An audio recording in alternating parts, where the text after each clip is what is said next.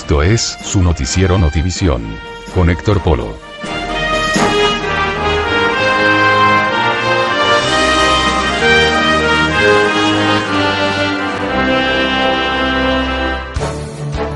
Hola, ¿qué tal? ¿Cómo está? Me da gusto saludarlos. Qué bueno que esté con nosotros en este espacio informativo de su noticiero Notivisión, que transmitimos desde el centro de la República Mexicana para todo el mundo. Esto a través de nuestra página en internet www.notivision.tv. Gracias al hospedaje de ensenadahoy.com. Y nos vamos directamente con la información. Un grupo radical es el responsable del bombazo allá en el TEC de Monterrey, en el Estado de México. El presunto grupo Individualidades Tendientes a lo Salvaje, así se denominan, fue identificado por la Procuraduría General de Justicia del Estado de México como el responsable del ataque. Se trata de ecoterroristas con ideología anarquista que rechazan el desarrollo de la nanotecnología. Individualidades Tendientes a lo Salvaje fue identificado por la Procuraduría General de Justicia mexiquense como el responsable del estallido del artefacto en las instalaciones del Instituto Tecnológico de Monterrey, Campus Estado de México. De acuerdo con las indagatorias realizadas, se pudo comprobar con un examen de grafoscopía que este grupo fue quien mandó al profesor Alfonso Herrera, especialista en el desarrollo tecnológico, el paquete bomba que alcanzó a lesionar a este catedrático del tecnológico y a otro profesor de nombre Alejandro Aceves. Las investigaciones pudieron identificar al grupo agresor partiendo de un mensaje semidestruido que se localizó en el lugar de la explosión y que es firmado por el grupo ITS. Se trata de un grupo ecoterrorista con ideología anarquista que reivindica causas medioambientales a nivel global mediante atentados con explosivos caseros o liberaciones humanas y animales. En específico, este grupo rechaza el desarrollo nanotecnológico y a quienes lo fomentan o sustentan, pues consideran que para que estos avances ocurran se sacrifican recursos naturales. En un comunicado difundido en Internet, Individualidades Tendientes a lo Salvaje aseguró que en el atentado contra académicos en la Universidad Politécnica del Valle de México en mayo pasado, quisimos dejar en claro que, como habíamos dicho anteriormente, no nos temblarán las manos para llevar a cabo nuestro accionar en contra de las ramas del sistema de dominación y contra quienes lo sustentan y lo protejan. Junto con el Frente de Liberación Total, este grupo se adjudica las detonaciones en sucursales bancarias con explosivos caseros, además de tiendas departamentales y laboratorios. Estos grupos realizan publicaciones impresas y en web de los conceptos en los que creen y tienen enlace y presencia en otros países como España, Grecia, Alemania, Inglaterra y Chile. La reina del Pacífico no será extraditada a los Estados Unidos.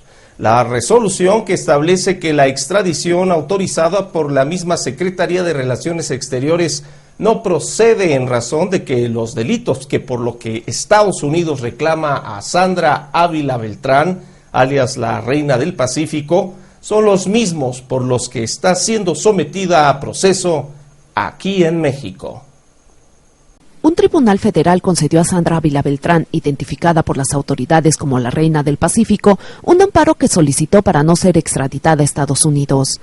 La resolución de los magistrados establece que la extradición autorizada por la Secretaría de Relaciones Exteriores no procede en razón de que los delitos por los que Estados Unidos la reclama son los mismos por los que está siendo sometida a proceso en México. Además, el Tercer Tribunal Unitario Penal en el Distrito Federal ratificó la sentencia absolutoria de Ávila en el juicio donde está acusada de estar involucrada en el embarque de casi 10 toneladas de cocaína. Sin embargo, a pesar de las resoluciones, Ávila Beltrán no podrá salir en libertad ya que tiene un proceso recién iniciado por lavado de dinero. Además, tiene pendiente la resolución del recurso de apelación que interpuso la PGR en contra de la sentenciada por delincuencia organizada, lavado de dinero y delitos contra la salud. El tribunal ratificó así la determinación del juez 13º de distrito en materia penal, quien en marzo pasado le había otorgado el amparo a la inculpada. Sandra Ávila Beltrán, recluida en el penal del Rincón en Nayarit, fue detenida en 2007 en compañía del colombiano Juan Diego Espinosa, conocido por las autoridades como El Tigre, acusados de introducir al menos 9 toneladas de cocaína.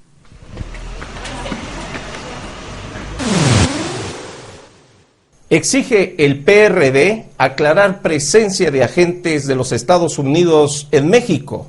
Jesús Zambrano, presidente nacional del Partido de la Revolución Democrática, exige que Blake Mora, quien es el secretario de Gobernación, y Patricia Espinosa, secretaria de Relaciones Exteriores, expliquen acerca de la supuesta presencia de los agentes de la CIA aquí en México. El presidente nacional del Partido de la Revolución Democrática, Jesús Zambrano, pidió una explicación del secretario de Gobernación, Francisco Blake Mora, y de la canciller Patricia Espinosa sobre la supuesta presencia de agentes de la CIA y civiles con entrenamiento marcial en una base militar mexicana. Información que dio a conocer el New York Times. Los coordinadores y mesas directivas de los grupos parlamentarios en el Senado y en la Cámara de Diputados, una reunión de la Comisión Bicameral de Seguridad en la que participamos nosotros, nuestros coordinadores especialmente, junto con la de Relaciones Exteriores, las de Relaciones Exteriores, para llamar a comparecer al secretario de Gobernación y que explique, junto con la secretaria de Relaciones Exteriores. Yo creo que esto es absolutamente necesario y me parecería a mí que forma parte de este debate que hay que darlo abierta y claramente sobre los temas propios de seguridad nacional y cómo las estamos entendiendo.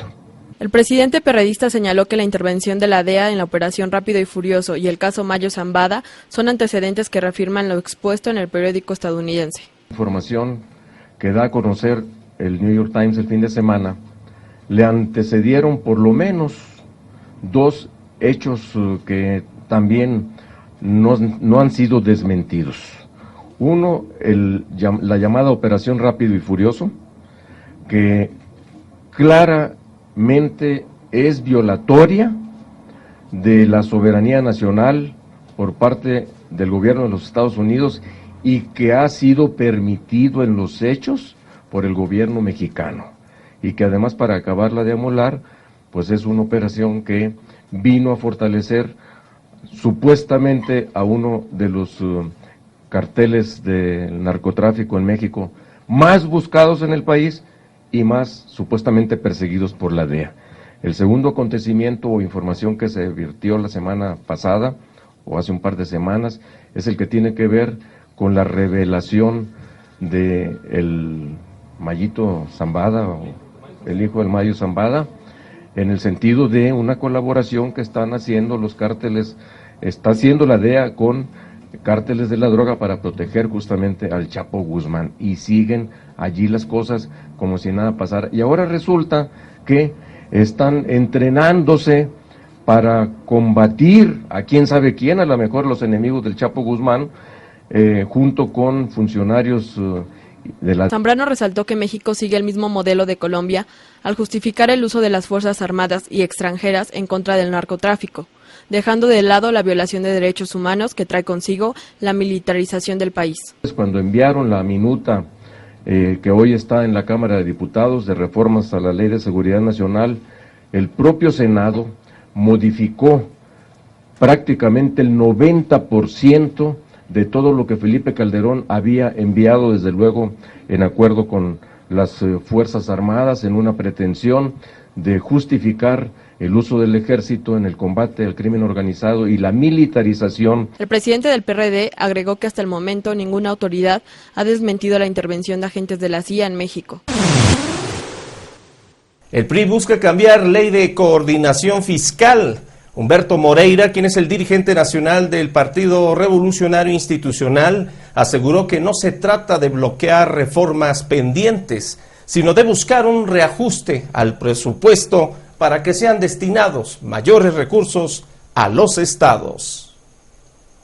Humberto Moreira, presidente nacional del Partido Revolucionario Institucional, sentenció que antes de aprobar las reformas de ley en materia de seguridad nacional, laboral y política, su partido trabajará por cambiar la ley de coordinación fiscal con el fin de otorgar más recursos a los estados. El tema de los subejercicios es un tema que debemos revisar en esta negociación.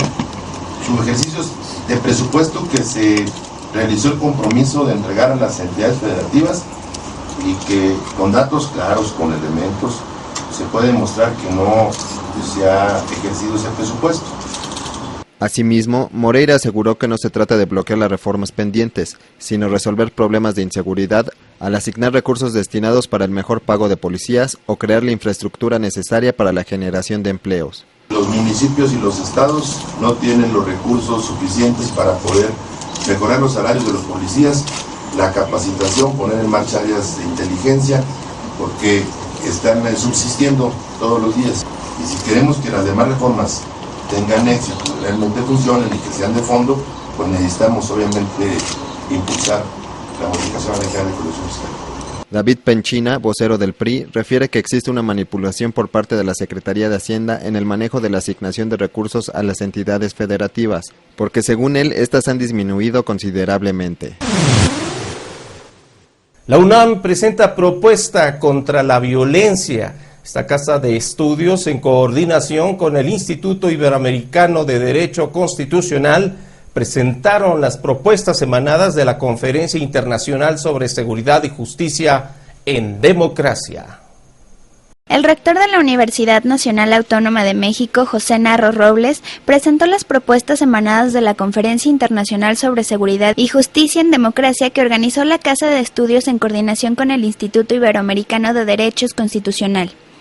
Elementos para la construcción de una política de Estado para la seguridad y la justicia en democracia. La entrega del documento fue hecha por Jorge Carpizo, exrector de la UNAM. Entre las propuestas se encuentran programas para la reinserción de jóvenes al sistema educativo, el desarrollo de programas de becas, planeación de medidas para la prevención de adicciones, entre otras. 2. Generar los consensos políticos y sociales necesarios para dar un giro inmediato en las estrategias de seguridad, centrándolas en la prevención del delito, el abatimiento de la impunidad, la reducción del número de muertes y de lesionados, la preservación de la integridad de las personas y la defensa de sus derechos humanos. El rector exhortó a todos los representantes del Estado a que analicen el documento y que asuman su responsabilidad. Dijo que México tiene problemas y soluciones, que el país tiene a su Universidad Nacional y a los universitarios del país. En la presentación estuvo presente el poeta Javier Sicilia y Luis Raúl González Pérez, abogado general de la UNAM, entre otros. La policía mexicana detiene a un grupo de sicarios pertenecientes al cártel de los Zetas, entre ellos una niña de 13 años que trabajaba para la banda de narcotraficantes. En México cada vez son más los menores captados por el crimen organizado u obligados a realizar trabajos para las bandas criminales. Está de espaldas porque es una menor, solo tiene 13 años y desde hacía un mes trabajaba para uno de los grupos del crimen organizado más violentos de México. Para los Zetas. Y esto es lo que la pagaban cada 15 días por hacer de espía. 4.000 a la quincena. 4.000 pesos son unos 250 euros. Sus padres lo sabían, pero así se justifica esta menor. Por necesidad. El caso de Perla no es único. En México hay cerca de 7 millones de ninis, niños y jóvenes que ni estudian ni trabajan, y cada día más el crimen organizado se nutre de ellos y los incorpora a sus filas, para que vigilen las zonas donde trafican, para que vendan drogas al por menor y en otros casos para que hagan de sicarios. Es difícil conseguir datos oficiales, pero la Red por los Derechos de la Infancia en México ha denunciado que hay alrededor de 27.000 adolescentes que son víctimas de la narcoexplotación y que además tienen causas pendientes con la justicia. En Sinaloa, al norte del país, se encontraron 4 cadáveres descuartizados. Eran chicos que no tenían más de 25 años. En Nuevo León, 5 jóvenes, ninguno mayor de 20, fueron asesinados a tiros este fin de semana. Es un suma y sigue que en los últimos 4 años, según la Red por los Derechos del Niño, ha dejado 1.300 menores muertos en la lucha contra el crimen organizado. México está listo para amortiguar la crisis mundial. ¿Sabe quién lo dijo? Pues ni más ni menos que el flamante secretario de Hacienda y Crédito Público, Ernesto Cordero. Y dice que la economía de México tiene un blindaje superior a los 200,000 millones de dólares, que le garantiza enfrentar cualquier choque internacional. Aseguró el mismo secretario de Hacienda. Se han incrementado los márgenes de liquidez internacional de la economía. Así, al continuar con la acumulación de reservas internacionales, llegando a más de 130,000 millones de dólares, y se renovó la línea de crédito flexible con el Fondo Monetario Internacional, esto por un monto de más de 70,000 millones de dólares. Sin embargo, el funcionario expuso que el país necesita trabajar para mejorar la competitividad, para lo cual adelantó el gobierno federal presentará una serie de medidas y propuestas adicionales. Vamos a un corte, regresamos. Recuerde que este espacio, como siempre, lo hacemos usted y yo en su noticiero Notivisión.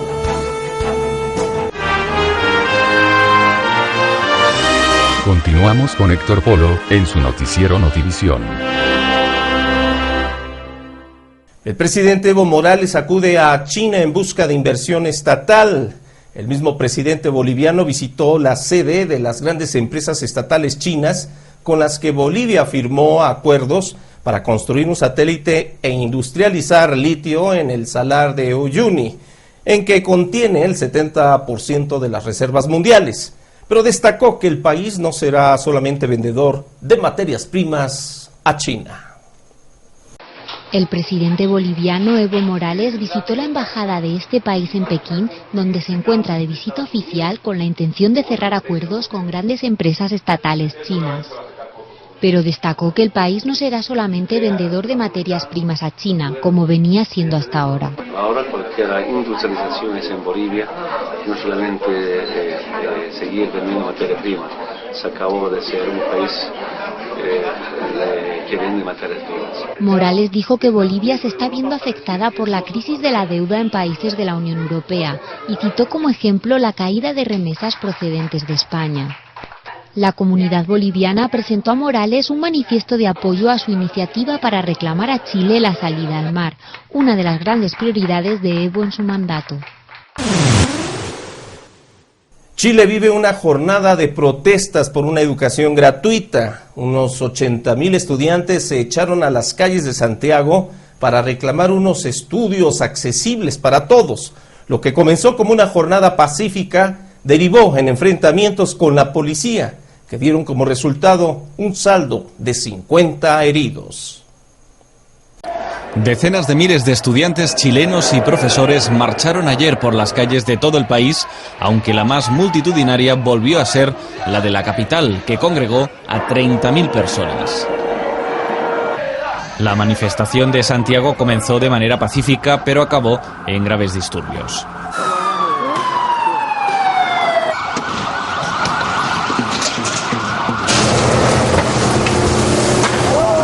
Cerca de 50 heridos entre policías y civiles, más de 250 detenidos y graves desperfectos en el mobiliario urbano. Las movilizaciones estudiantiles comenzaron hace ya más de 3 meses. Los jóvenes exigen al gobierno que lleve a cabo las reformas necesarias para tener una educación de mayor calidad y sobre todo gratuita. En Chile las familias deben financiar la mayor parte de la educación de sus hijos. Al terminar sus carreras, los recién titulados inician la vida profesional endeudados durante años con créditos bancarios. También deben pagar aquellos que no finalizan sus estudios. Marchas, caceroladas, paros, huelgas de hambre y todo tipo de protestas que está pasando factura a la imagen de Sebastián Piñera, llegando a ser ya el presidente menos popular desde la vuelta a la democracia en 1990. La policía noruega admite errores en su respuesta al tiroteo en la isla de Utoya. Uno de los responsables del operativo ha admitido que no se eligió el recorrido más corto para llegar, además de que la lancha neumática en la que ellos viajaban estaba sobrecargada y tuvo un fallo técnico. En esta lancha neumática viajaba el operativo especial enviado a la isla de Utoya el día del tiroteo. Los agentes partieron hacia la isla desde un muelle situado a más de 3,5 kilómetros de Utoya. Sin embargo, podrían haber salido desde otro punto mucho más cercano, a solo 670 metros de la isla. Uno de los jefes de la policía admite en declaraciones a la cadena NRK que la elección del recorrido no fue la apropiada. aunque asegura que esto no retrasó la detención del autor de la masacre. La televisión noruega cuestiona el medio de transporte escogido por el operativo, una barca sobrecargada que no pudo aguantar el peso de los agentes y sus equipos. Esto provocó que entrara agua en el bote y que éste sufriera una avería mecánica. De hecho, otro barco de uno de los voluntarios que colaboró en el rescate ayudó a la policía a llegar a la isla. Una vez allí, el operativo solo tardó 2 minutos en arrestar a Breivik. Un periódico alemán asegura que la policía busca ahora la cámara con la que él mismo habría grabado el tiroteo en Utoya, según los supervivientes de la matanza. La actuación policial el día del doble atentado ha sido muy cuestionada y está siendo evaluada. Ya en los días después del tiroteo se criticó que hubieran tardado más de 1 hora en llegar a Utoya y que no se utilizara un helicóptero en el rescate. Londres sigue en la alerta y con un despliegue policial de excepción que ha impedido que se repitan los graves altercados de lunes en la capital. Aquí la información. Más de vehículos y comercios ardiendo han vuelto a iluminar la noche en varias ciudades de Inglaterra. Los incidentes empezaron varias horas antes, cuando cerca de 2.000 jóvenes se dieron cita en las zonas más comerciales buscando el mejor botín. Esto es Manchester. Bienvenidos, dice cínicamente este joven. Las detenciones de la policía no consiguieron frenar el vandalismo y los altercados continuaron durante toda la noche. Esta ciudad del norte de Inglaterra es la que ha registrado los incidentes más graves, con decenas de comercios incendiados y saqueados. La policía asegura que no habían vivido nada igual en los últimos 30 años. También tuvieron que emplearse a fondo en el barrio de Salford, donde ardieron varios coches. Tampoco parecen haber servido de mucho las cuadrillas que habían creado varios jóvenes para supuestamente evitar los destrozos. Vamos a sacaros de aquí. Os vamos a aplastar, dice este. Vamos a hacer lo que debería hacer la policía, asegura este otro. Sin embargo, la policía se empleó a fondo. Estas imágenes nos llegan desde Birmingham, la segunda ciudad más grande de Reino Unido, donde se repitieron las escenas de violencia y pillaje. Este comerciante dice compungido, mientras mira cómo ha quedado su negocio, que era su proyecto soñado. Scotland Yard ha detenido desde el sábado a 768 personas en Londres y más de 260 en otras ciudades como Manchester, Liverpool o Birmingham. La compañía energética alemana E.ON ha comunicado su intención de suprimir entre 9.000 y 11.000 puestos de trabajo en todo el mundo. La plantilla está integrada actualmente por 85.000 personas. El objetivo, según explica en una nota la misma compañía, es reducir costos para garantizar el futuro de la empresa. El apagón nuclear aprobado en junio por el gobierno de Angela Merkel ya tiene consecuencias en la principal compañía energética del país. Alemania cerrará en 10 años los 17 reactores nucleares que tiene, 11 de los cuales están gestionados total o parcialmente por E.ON. Este cambio en la política energética del país le ha supuesto a la compañía una reducción del beneficio neto de un 71% en los 6 primeros meses del año y una pérdida de 1.500 millones de euros en el segundo semestre. Desde E.ON creen que las dificultades económicas persistirán a largo plazo, por lo que pretenden reducir sus costes 1.500 millones de euros de aquí a 2015. El primer paso será eliminar hasta 11.000 puestos de trabajo, 1 de cada 8.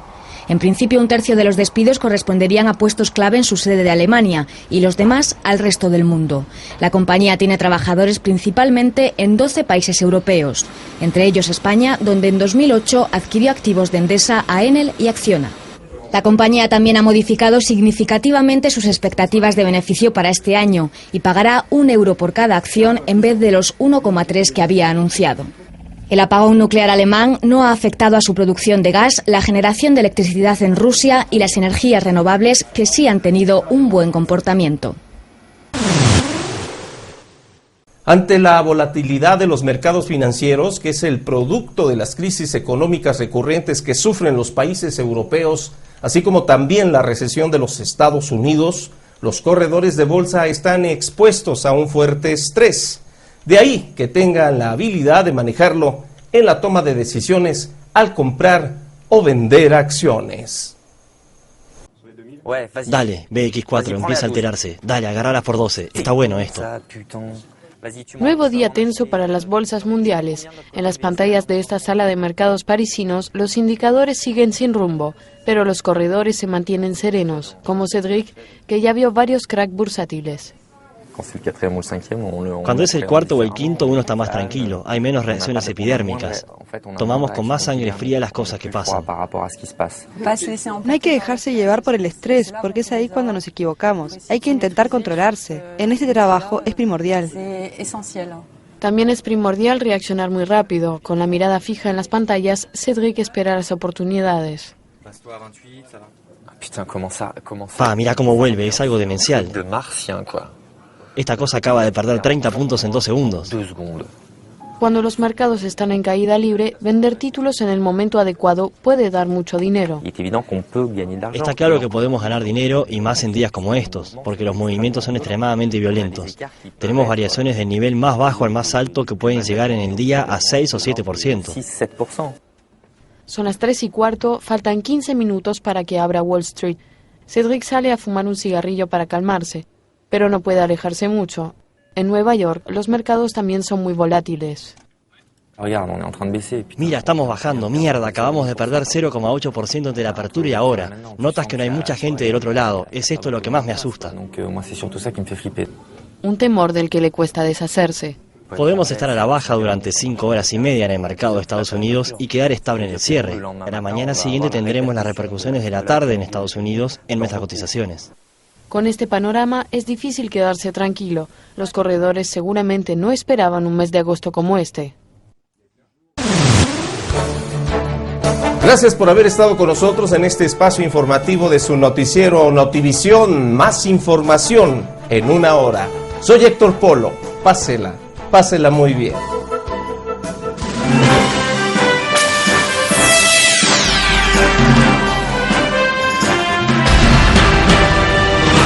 Esto fue su noticiero Notivisión con Héctor Polo.